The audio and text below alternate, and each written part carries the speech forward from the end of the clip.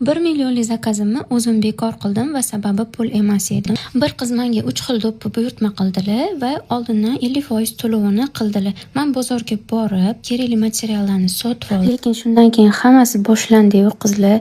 Har kuni fasoni o'zgardi. Bunisini dumaloq emas, bunisini to'rtburchak qilib bering. Bunisini shokolasini bunaqa qilib bering. Buni olib tashlab, o'rniga buni qilib bering.